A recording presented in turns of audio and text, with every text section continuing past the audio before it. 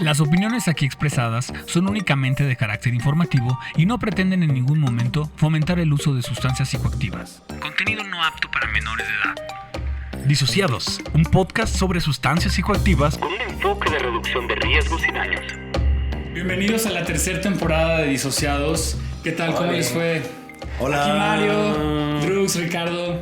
¿Qué tal? ¿Cómo les fue en esta ausencia? Pues yo sí nos extrañaba. Así Sí. de extrañaba ponernos los miércoles o jueves y escucharnos. No es cierto. Y además verlos más seguido. La verdad es que nos estuvimos viendo seguido, pero más bien muchas personas en las redes nos dijeron que ya querían escucharnos. Así que por fin estamos de vuelta. Sí, la verdad yo también extrañaba tener temas, ¿no? Temas nuevos de conversación para compartir aquí, de sustancias psicoactivas. Ya saben que nos apasiona ese tema. Han pasado muchas cosas en la Ciudad de México, en el país, en nuestras vidas. Exacto, va a estar buena esta tercera temporada, así que pues arrancamos Que ahora. sería el 26 en realidad. ¿Cómo es? 26. 26º. Iba Iba a decir 26º. 26º episodio. Sí, ya vamos una carrera larguita de episodios. Qué buena onda, ¿no? Y nuestro objetivo es llegar a 1500. No es cierto. ¿Quién sabe? ¿Y pico qué? Nuestro productor acaba de hacer unos ojos así de... Eso significa que Pico va a tener trabajo. Pero imagínate nosotros ya así aquí en una tercera edad avanzada. Oye, estaría de Sí, lujo sí, llegamos así. que ya no se necesitara, ¿no? O sea, que el gobierno ya cubrió todo lo que siempre quisimos y entonces Pero vamos ya a ni al seguir caso. exigiendo cosas de todos modos. O nos volvemos Nuevas conservadores, drogas ¿no? habrá, seguramente. Nos volvemos conservadores como el Estado y ahora no. Pues mira, así como vamos, y justo de eso vamos a hablar hoy, está difícil, pero no sé si se acuerdan que cuando hicimos el episodio, el especial como de fin de año del 2024, en nuestros deseos estábamos hablando de que ojalá hubiera un panorama legal más favorable respecto a el uso de sustancias, ¿no? Y justo quisimos empezar con este tema en esta temporada porque han pasado muchas cosas en las noticias y de repente como que drogas por todos lados, ¿no? Que si el narcotráfico, que si la Constitución, que si Trump, que si no sé qué. Y entonces justo por eso tenemos una invitada el día de hoy que es Cristina Reyes. Que nos acompaña de una organización que se llama México Unido contra la Delincuencia, que es una de las organizaciones que llevan más años aquí en México trabajando temas de políticas de drogas, de reducción de daños y particularmente Cristina lleva, digamos que la parte legal ahí en la organización. Entonces, ¿por qué nos platicas un poquito de quién eres? ¿Qué es lo que haces en la organización? Muy bienvenida, gracias. Danos luz. Bueno, primero... ¿qué tal? Muchas gracias. Pues muy emocionada de estar con ustedes en el inicio de su nueva temporada. Pues sí, como ya adelantaste, pues sí, México Unido ha sido de las organizaciones pioneras en el tema de política de drogas en México.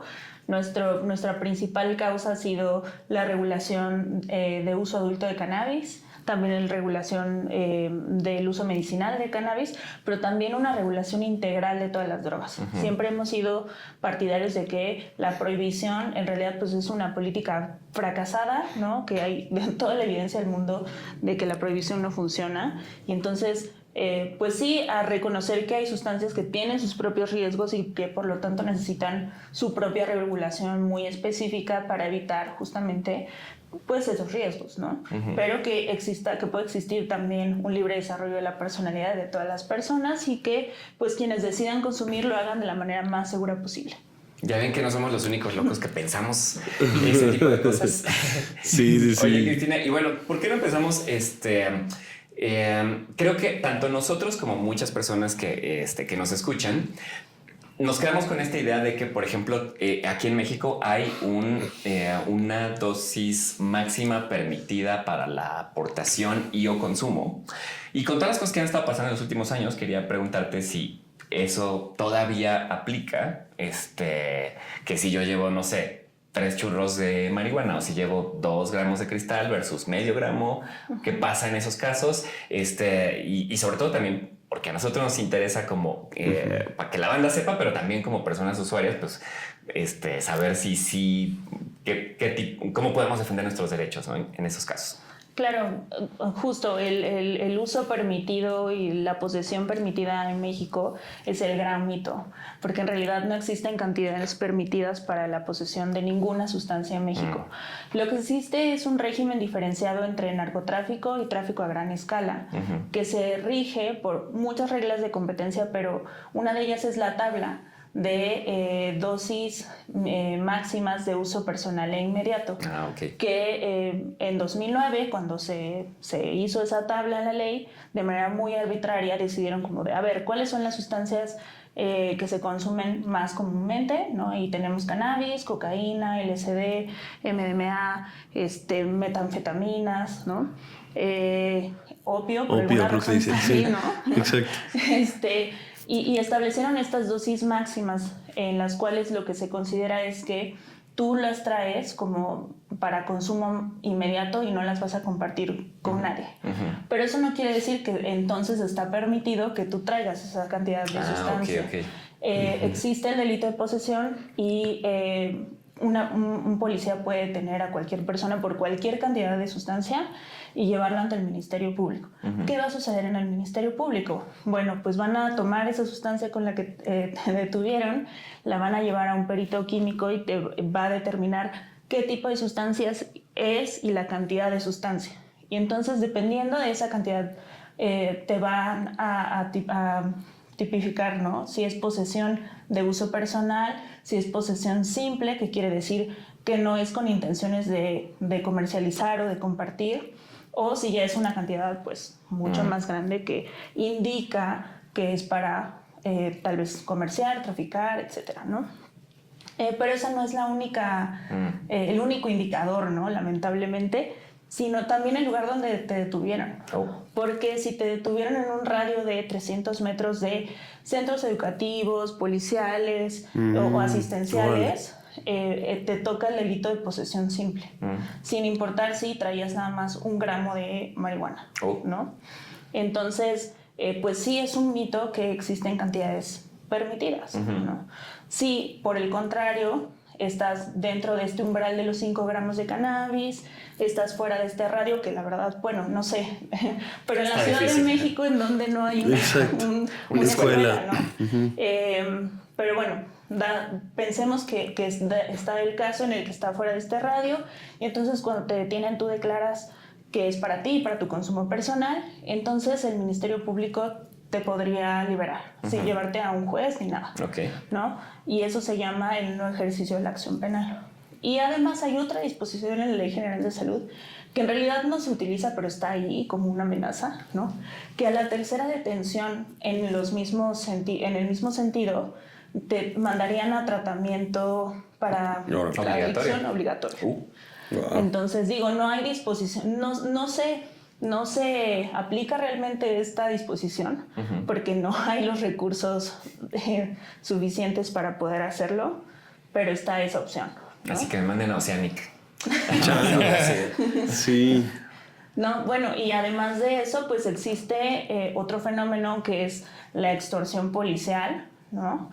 Y que este es un delito que se utiliza en muchas ocasiones para justificar detenciones arbitrarias o para justificar detenciones por otros delitos, ¿no? Entonces, la policía y el Ministerio Público en muchas ocasiones lo que hacen es aumentar la cantidad de la sustancia para justificar más bien una detención por posesión simple o incluso pues la amenaza para extorsionar a las personas detenidas o a sus familias para que den dinero y entonces sean liberadas, ¿no? Existe incluso un estudio que hizo Reverdecer y Elementa, en el cual hicieron una encuesta justamente de personas que fueron detenidas por este delito en la Ciudad de México y hablan de que incluso los extorsionaban con cantidades mínimas de dinero o con pues las pertenencias, ¿no? Que traían sus celulares, sus tenis, ¿no?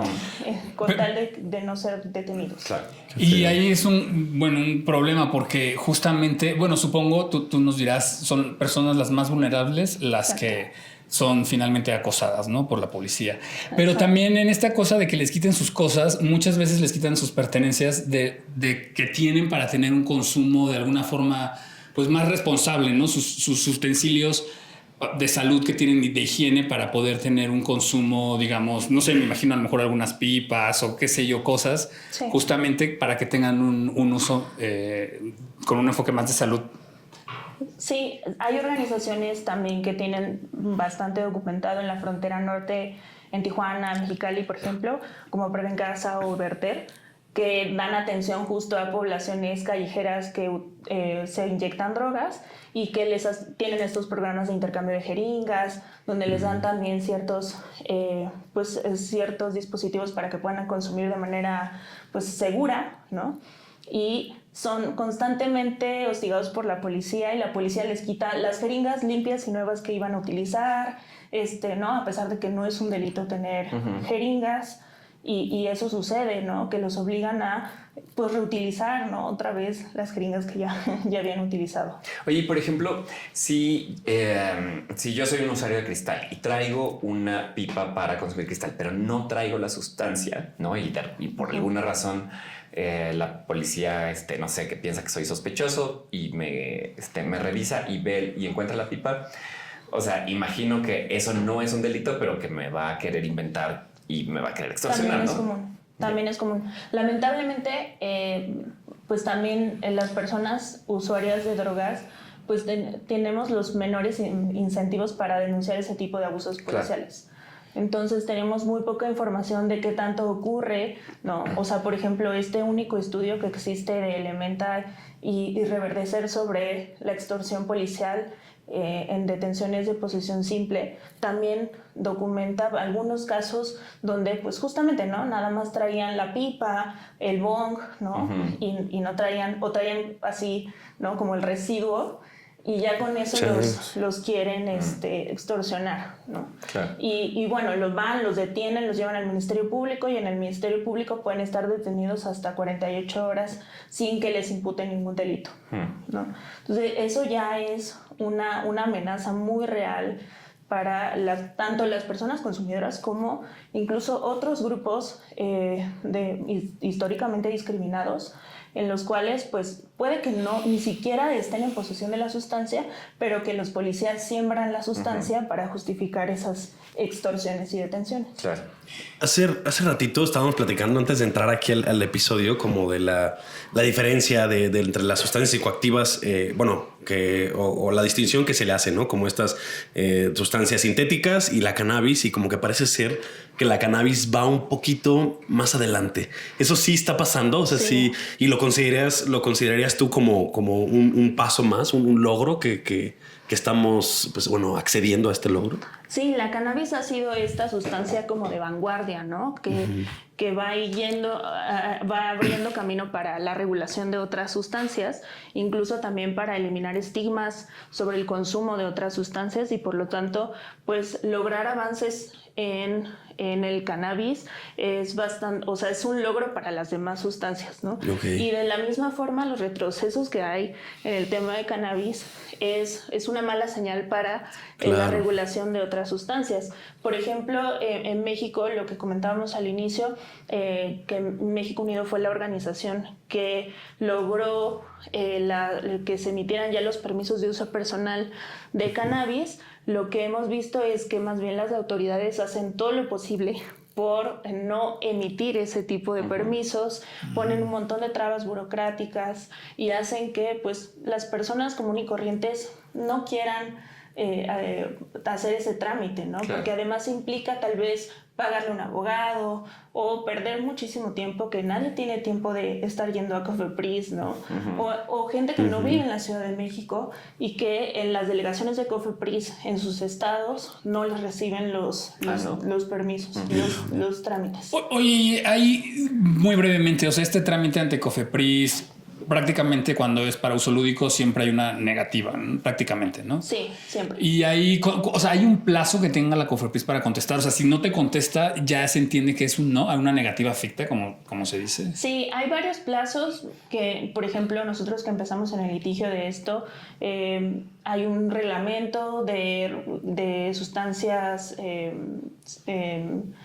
controladas que habla de un plazo de 40 días, pero pues en realidad sistemáticamente niegan que ese reglamento aplique para el caso de la cannabis. Entonces Hay otro plazo de la ley del procedimiento administrativo, Ley Federal del Procedimiento Administrativo, que habla de 90 días naturales, ¿no? Que es un plazo enorme. Y pues básicamente ese es el plazo que si se cumple, tú puedes acudir al juicio de amparo y reclamar que existe una negativa ficta. Sin embargo, pues ahora, después de la Declaratoria General de Inconstitucionalidad la 1/2018 que se votó en 2021, ya la Corte le ordena a la COFEPRIS emitir estos permisos sin la necesidad de un juicio de amparo. Ok. Entonces, lo siguen negando, pero ya en un plazo, digamos, más corto, ¿no? En 20 días hábiles más o menos ya te dan una negativa. Y entonces tú ya puedes ir ante un juzgado, ya no en un juicio de amparo, sino en una denuncia de incumplimiento de la Declaratoria General. Ya, pero igual es una chinga hacer todo ese proceso. Sí. Y no hay así luz de para cuando haya una regulación al respecto para que ya no sea necesario nada de eso, ni ir a COFEPRIS a tramitar un permiso, porque ellos pues se lavan las manos un poco, ¿no? Digo, como que dicen, esto no es un tema de salud y no me importa. Sí, no ha habido pues realmente voluntad política para avanzar este tema. Digo, esto se congeló después de la pandemia en 2021. Ya, o sea, cualquier esfuerzo se detuvo porque pues ya la Corte dijo que van los permisos, entonces ya no nos importa regular nada más.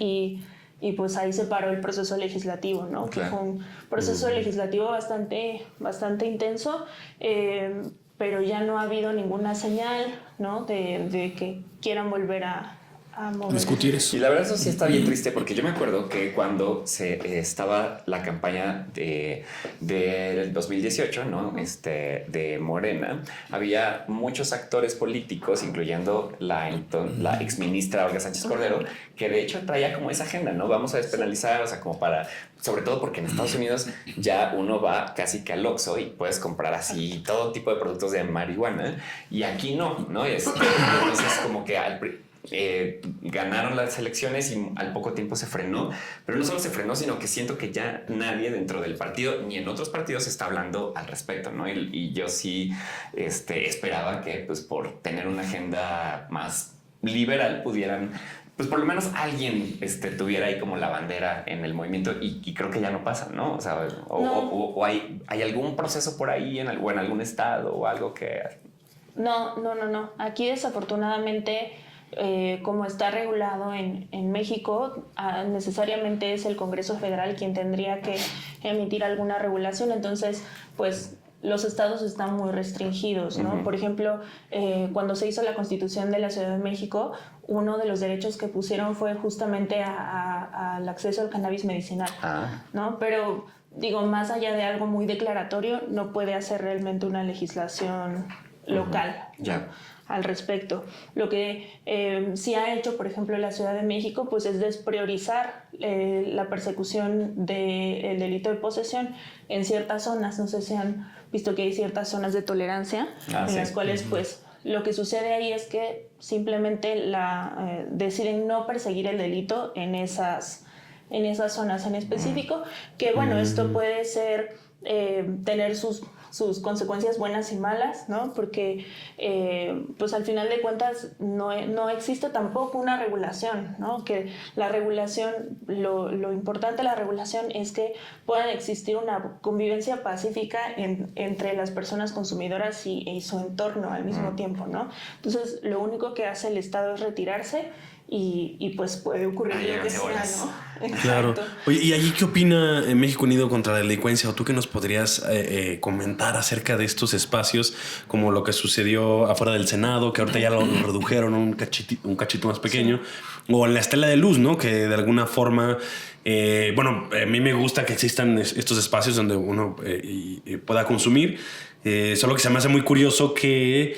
no sé qué tan polémico puede llegar a ser esto, pero bueno, lo diré. Que ahí venden, ¿no? Y el intercambio de dinero es muy curioso. O sea, que no es como que no se lo das a la persona, sino como que lo pones en la mesa y ya, ¿no? Así es eso ahí que ¿Qué pasa? O sea, lo que está haciendo el Estado es simplemente como en ese lugar voltearse Sí. a ver otro lado. Sí. Ok.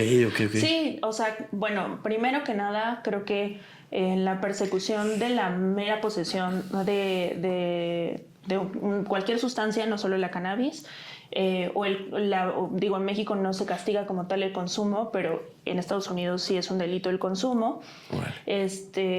Pero la persecución de estos dos delitos creo que no debería de existir porque es un delito que en realidad no daña a nadie per se, ¿no? Yeah. O sea, la mera posesión de una sustancia, digo, yo podría traer ahorita mi pantalón y nadie se entera, ¿no?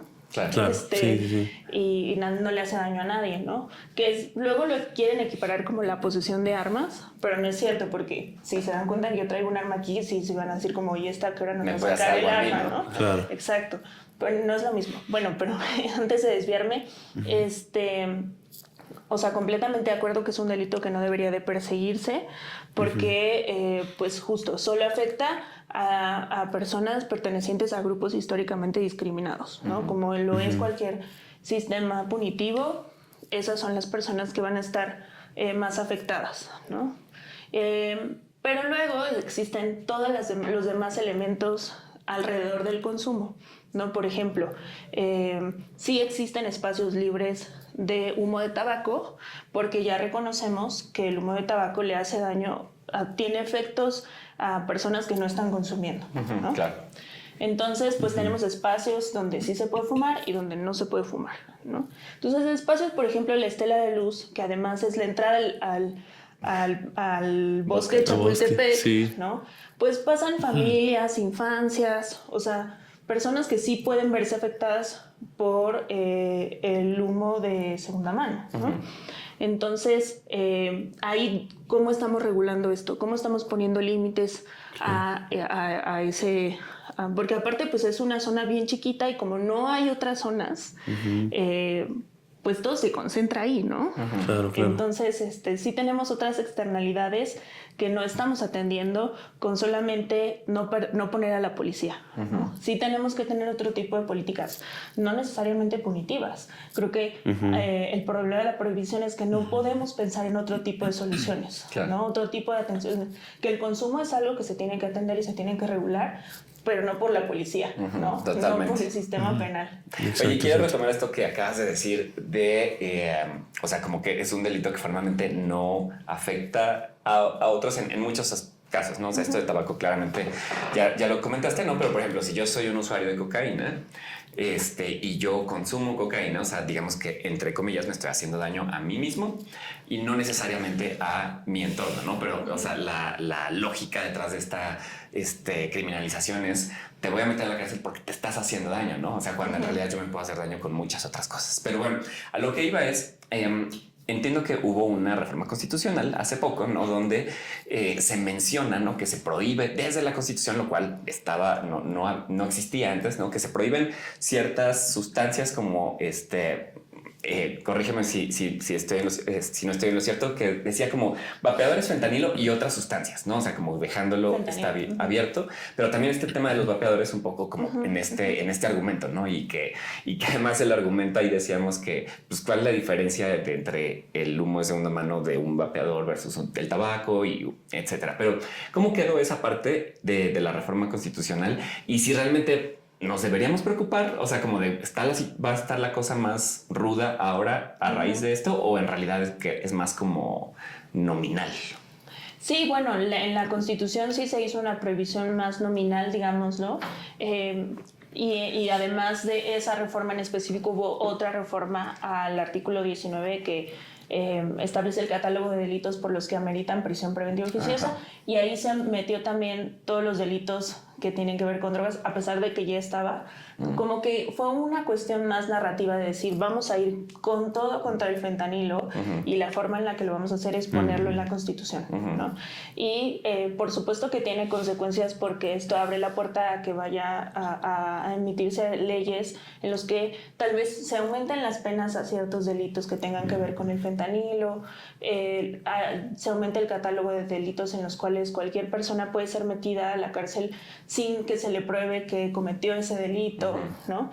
Entonces, sí aumenta ese riesgo, pero la realidad es que ese riesgo ya existía, okay. ¿no? Ya teníamos esas medidas punitivas y que, pues digo, el fentanilo siempre estuvo de uso ilícito, por supuesto, siempre estuvo prohibido, ¿no? Entonces, pues más bien es como una señal de que tal vez iban a endurecer mucho más las políticas de persecución penal, pero por supuesto en contra de ¿quién? De los usuarios, ¿no? Claro. Porque pues son, de hecho, si ven las estadísticas sobre persecución penal de delitos de drogas, el delito que más se persigue es el delito de posesión.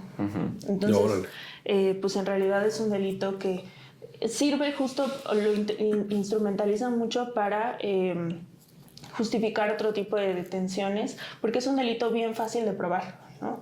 O sea, lo único que necesitan es que tú estabas en posesión de sustancia, ¿no? No necesitan probar intencionalidad de venta, si tenías intenciones de traficarlo por la frontera o de vendérselo a niños, o sea... No. Sí, automáticamente si tienes más allá del límite de la dosis permitida como para uso personal, ya eres un narcomenudista. Sí. Y entonces, digamos que... ¿Sí quedó solo fentanilo o también otras sustancias ahí en esa? Pues justo, o sea, como dice el artículo, otras drogas sintéticas, ¿no? Entonces, por ejemplo, ketamina, cristal, podría entrar. Pero también eso ya estaba prohibido. Entonces, es más bien como que lo pusieron ahora en la Constitución. Pero la Ley General de Salud ya establecía, como unas listas espejo a las convenciones internacionales de persecución que prohíben justo el tráfico ilícito de sustancias. Son unas listas que son como de las que hacen más daño a la salud es la lista 1, las que hacen daño pero tienen algún uso, la lista 2, la lista 3 es las como que tienen daño medio bajito pero tienen más usos medicinales, ¿no? Como los medicamentos. Y las sustancias que están en esas 3 listas, su posesión de manera sin un permiso, digamos, es un delito, ¿no? Entonces ahí estaba de hecho ya el fentanilo y otras sustancias sintéticas, ¿no? Ok. Oye, bueno, antes de entrar, Drux estaba comentando respecto a qué pasa en otros países, ¿no? Sí. O sea, tú qué ves, digo, quizás yo sé que es difícil hablar como de política comparada, sobre todo por las interacciones geopolíticas, ¿no? Que hay. Digo, ahí hay mucha información que a veces se me pierde, ¿no? Y sobre todo, o se me escapa, ¿no? De mi conocimiento y mi alcance. Pero ¿tú qué opinas? Como que ¿para dónde va México? Y si deberíamos de estar volteando a ver, por ejemplo, a Canadá, quizás, ¿no? Como con... que, bueno, yo he visto que la regulación en cannabis en uso medicinal y en uso adulto está, pues, creo que es una de las mejores, ¿no? A nivel mundial. Pero sí deberíamos estar volteando hacia allá o México, ¿qué? O incluso como Portugal, que entiendo que claro, tiene una regulación respecto a todas las drogas, ¿no? Sí, claro. O en general en el mundo, o sea, cómo estamos parados, o sea, con algún otro país que, no sé, tenga una regulación con otro enfoque, que tome en cuenta más lo medicinal, salud, investigación, en fin. Pues hay enfoques distintos. Por ejemplo, lo que mencionabas de Canadá, que es una de las regulaciones como más integrales y que lo que buscan es también reducir las externalidades de un mercado pues que podría ser muy poderoso y que sí, por ejemplo en Estados Unidos sí está pasando, ¿no? Está pasando y que pues ganan el poder suficiente para incluso cooptar al regulador, ¿no? Que es el Estado, ¿no? Claro. Y entonces lo que hace pues Canadá es establecer un sistema en el cual él mismo es el que establece la empresa para producir cannabis y pone un montón de reglas e impuestos para pues que sea un mercado mucho más horizontal, ¿no? O sea, solo hay una empresa, digamos, que produce. Que es la del Estado. Igual pasa en Uruguay, ¿no? Por ejemplo. Digamos, vamos empezando en el mundo con estos ejercicios. Claro. Entonces, pues todo es prueba y error. Entonces es muy importante voltar y ver incluso esos ejercicios en Estados Unidos en los cuales pues sí lo dejan a libre mercado, ¿no? Y entonces tenemos los ejemplos de Colorado o California en los cuales tú vas así en la carretera y ves los espectaculares, ¿no? De los dispensarios y son anuncios súper llamativos y parece que te están vendiendo chicles, ¿no? Cualquier cosa, juguetes, sí. ¿no? Muchos colores, ¿no? Sí, que es muy llamativo y que incluso ya no hay una regulación en el tope de las concentraciones del THC, por ejemplo, y puedes encontrar cannabis con 100% de THC, ¿no? Y lo cual, pues, eso también tiene otro tipo de efectos y riesgos. Y entonces de esas experiencias también podemos aprender, ¿no? ¿Qué es lo que queremos en México para la regulación? ¿Cuáles van a ser nuestras prioridades? En Canadá va mucho hacia la reducción de riesgos y daños del consumo de cannabis, ¿no? Porque pues ahí pues tal vez no tienen un problema tal vez de criminalidad, ¿no? O de grupos históricamente discriminados que se han visto afectados por la guerra contra las drogas, como en México, que tenemos no solamente a las personas consumidoras, sino también a las personas campesinas, que también tendríamos que buscar que su reivindicación en el mercado de cannabis. Pero hay otros, por ejemplo, Portugal no tiene un mercado regulado, sino más bien eso es un sistema de descriminalización de las sustancias. ¿No? Y entonces ahí no se persigue por posesión de sustancias, sino que se buscó hacer un modelo integral de atención en el cual sí ofrecen otros servicios a las personas consumidoras. Ahora, es un modelo que también, pues digo, todo depende, las políticas públicas de cualquier cosa dependen también de pues la voluntad política y los recursos. Entonces, si ustedes, pues tal vez este modelo es desde los 90s en Portugal y pues a la fecha seguramente ya va a tener pues sus consecuencias negativas y sus críticas, etcétera, pero mucho tiene que ver con los recursos que se le han invertido en el modelo de Portugal, ¿no? Hay otros estados como Suiza, por ejemplo, que provee a los pacientes, a las personas que usan heroína de grado médico para su consumo, ¿no? Y mientras no se cometa ningún delito, no va a haber una persecución. Digamos, otro delito violento, no se va a perseguir a la persona por el consumo de heroína, ¿no? Y eso ya está medido, ¿no? O sea, ya existe como la evidencia de que funciona, ¿no? Así es. Hay otra organización que se llama Transform Drug Policy, con la que trabajamos mucho en México Unido, que ya tiene documentados muchos de estos casos, sobre todo en Europa, ¿no? De cómo se ha enfrentado el problema de las drogas desde las necesidades de cada país. No, o sea, por ejemplo, en el caso de Suiza, que el problema era el consumo de drogas inyectables, entonces se enfrentó el problema desde un enfoque de salud, ¿no? En México, por ejemplo, tal vez la incidencia en el consumo de muchas sustancias va en aumento, pero no está al nivel de otros países en los que sí tienen un problema de sobredosis bastante alto y que tal vez nuestros problemas vienen desde otro lado, ¿no? Como qué hacemos con el crimen organizado, qué hacemos con las personas indígenas que se dedican al cultivo de ciertas sustancias, ¿no? Cómo les vamos a dar participación y reivindicación en el mercado, las personas que son perseguidas por el sistema penal por la posesión de sustancias, ¿no? Y que son problemas que tal vez tendríamos que atender con mayor prioridad que la creación de un mercado de cannabis. Claro. Sí, o sea, como esta cosa colonial de siempre estar copiando cosas que a lo mejor no nos van. Y justamente ahorita que hablabas de otros países y de recursos, no sé si qué opinión tengas tú de los recursos que se invierten aquí, de lo que está haciendo en México, por ejemplo, con las campañas.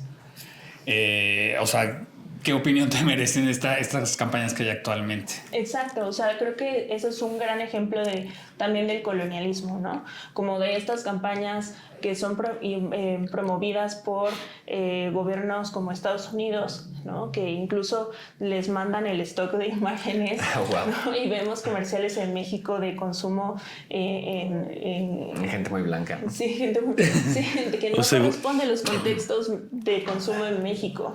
Y el problema también es que en México no tenemos información real, estadística actualizada sobre el consumo y la incidencia del consumo, como para poder hacer campañas de prevención y de reducción de daños basadas en la evidencia y en las necesidades de México, Claro, sí, eso es algo que me supera, ¿no? O sea, como la cantidad de dinero que se está gastando en hacer todas estas campañas, no solamente en medios de comunicación, porque entiendo que también hay componente educativo o algo así para ir a las escuelas a hablar del fentanilo, cuando en realidad el consumo de fentanilo en México es muy poquito, ¿no? Y está muy como concentrado en la frontera norte. Y sí tenemos, o sea, digamos que por otro tipo de fuentes sabemos que existe consumo, por ejemplo, de metanfetamina o de cocaína, pero la encuesta que se supone que se tiene que hacer cada cierto tiempo para saber cómo estamos, falló y la van a volver a hacer. No sé si nos puedes platicar un poquito de qué pasó con esta encuesta. Bueno, pues justo nosotros en México Unido promovimos un litigio porque desde el inicio del sexenio de López Obrador en 2018 anunciaron la cancelación de la encuesta nacional de incidencia en el consumo, que es la ENCODAT, ¿no? Que medía consumo tanto de drogas ilícitas como alcohol y tabaco, ¿no? Entonces cancelaron la emisión de esa encuesta y que la última edición había salido en 2017 con información de 2016. Entonces pues sí esperábamos que se volviera a emitir, pero la cancelaron. Entonces promovimos un litigio argumentando que esa información es completamente necesaria para no solamente campañas de información, sino también otro tipo de campañas de atención a las adicciones, ¿no? Como siquiera saber cuántos centros de tratamiento se necesitarían en el país para atender el problema real de consumo de sustancias, ¿no? Y no solamente consumo problemático, ¿no? Que tal vez por algún cierto tiempo en algunos casos sí se requiere tratamiento residencial, ¿no? o en internamiento, pero otro tipo de tratamientos y otro tipo de programas de reducción de daños como lo es justamente el intercambio de jeringas o como otro tipo de medicamentos como sustitutivos como la metadona, etcétera, ¿no? O la naloxona, que ese es otro tema. Claro. Entonces, ¿no? Y no hay nada de información que pueda alimentar ese tipo de campañas y más bien todos los programas fueron desde los prejuicios, el estigma y otros intereses, ¿no? Ganamos ese caso en 2023 con la sentencia en primera instancia y en 2024 ya la definitiva. Pero bueno, por otras circunstancias como el paro de los jueces no pudimos pues exigir el cumplimiento de esta sentencia y bueno, ya a principios de este año anunciaron pues que se revisó la encuesta que se levantó en 2023 y se dieron cuenta que había fallos en la metodología y que iba a ser una encuesta que no podía compararse con los ejercicios anteriores. Y el problema de que no se pueda comparar más allá de eso es que no vamos a poder tener información realmente representativa sobre qué tanto ha aumentado o disminuido el consumo, otro tipo de dinámicas alrededor del consumo, tal vez edades, ¿no? Eso es muy importante, ¿no? Cómo ha ido cambiando la edad del primer consumo, ¿no? Para poder ir haciendo campañas específicas. Sí, ¿no? Sectorizar toda la campaña. Exacto. Y sobre todo en la comunidad LGBT, pues nada, tampoco, no tenemos mucho, eso nos interesa. Ni siquiera la ENCODAT da realmente ese tipo de información. Digo, ya platicábamos hace rato, la ENCODAT también tiene sus propios problemas, ¿no? Pero por lo menos tendríamos que empezar con cierta comparabilidad para que de ahí podamos tal vez ampliar, ¿no? a visibilizar otro tipo de consumos y otro tipo de sectores. Claro. Entonces, bueno, lo lamentable de que la cancelación de esta encuesta es que, pues como se tiene que levantar una nueva encuesta, pues vamos a tener que esperar, pues, no sé, otros 2 años, ¿no? Y que fueron millones tirados a la basura, básicamente, claro. Porque... Y ahorita entonces nuestras fuentes más fidedignas, ¿cuáles? Los centros de integración juvenil hablábamos, ¿no? Sí, los centros de integración juvenil levantan cierta información estadística. Sin embargo, pues es un universo bien reducido de personas porque pues obviamente solamente son personas que acuden a los centros de integración juvenil a pedir tratamiento, ¿no? Entonces, pues tenemos todo un universo de personas que consumen drogas y otro universo de tipos de consumo que no se ven reflejados en esas encuestas. Claro. A mí ya estamos, ¿verdad? Como por tiempo de... bueno, antes de eso, es que me arde la sangre, como que me da mucho coraje cómo es que están ustedes, ¿no? Así, México Unido contra la Delincuencia. Hay muchas otras asociaciones y organizaciones y mucha gente profesional preparada. ¿Cómo es que no se puede? O sea, ¿crees que quizás me veo muy conspiracionista o algo así? Pero ¿crees que sea como algo... así como con plan con maña, como para así que ups, no tenemos, bueno, ni modo, vamos a establecer la campaña de fentanilo, ya que pues no hay datos, ni modo? O sea, ¿crees que sea así o no se puede decir? No, es que no es algo conspiracionista, o sea, es una política global de prohibición de las drogas. Hay convenciones firmadas por países en las cuales convienen que se va a combatir y se va a buscar eliminar el consumo de todas las drogas, ¿no? Que esa era la meta y que, por supuesto, fracasó catastróficamente, pero que es una política vigente. Digo, apenas el año pasado, justamente en la Convención de Estupefacientes en Viena, finalmente se rompió el consenso de que pueden existir otro tipo de políticas, ¿no? Y incluso ya se mantuvo el lenguaje de reducción de daños.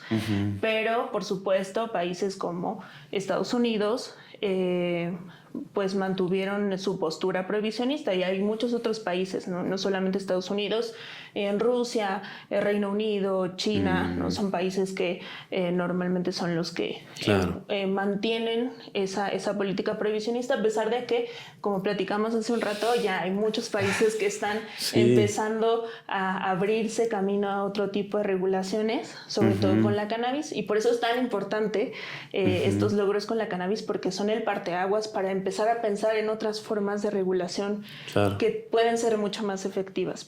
Claro, también sabemos que en otros países ha habido como una flexibilización, ¿no? O regulación respecto, por ejemplo, al uso médico del MDMA o el uso de LSD para temas de salud mental, y pues justo deberíamos estar yendo para allá, ¿no? Pero pues lamentablemente aquí pareciera que todo se detuvo. Yo, digamos que la teoría conspiracionista, que no sé si es conspiracionista o porque parece ser bastante real, pues tiene que ver también con el hecho de que el ejército empezó a tener mucho más poder y que no quisieron que avanzara nada dentro del gobierno, ¿no? Entonces, digo, no sé qué tanto tenga de cierto, pero sí hemos visto mucho cómo claramente hay una postura bastante estricta de prohibición por parte de las instituciones militares, ¿no? Entonces, pero bueno, eso también ya seguramente dará para otro episodio. Pero pues la verdad es que ha sido un placer platicar contigo, porque sí tenemos muchas de estas dudas y sobre todo, como te decía, estos como pues, mitos, ¿no? O sea, que como que...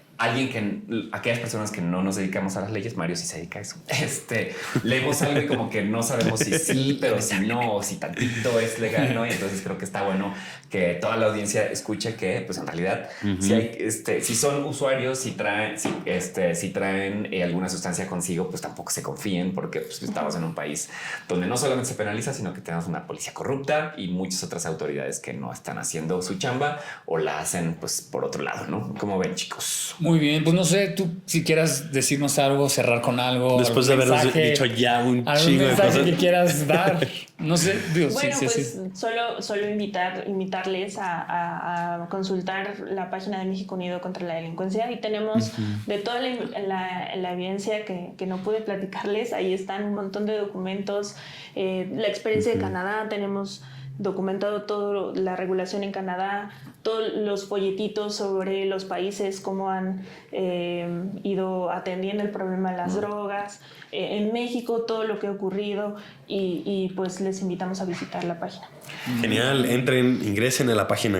Yo redes sociales. Sí, compártenos dónde te encontramos, a la organización. En todas las redes es @MUCDoficial.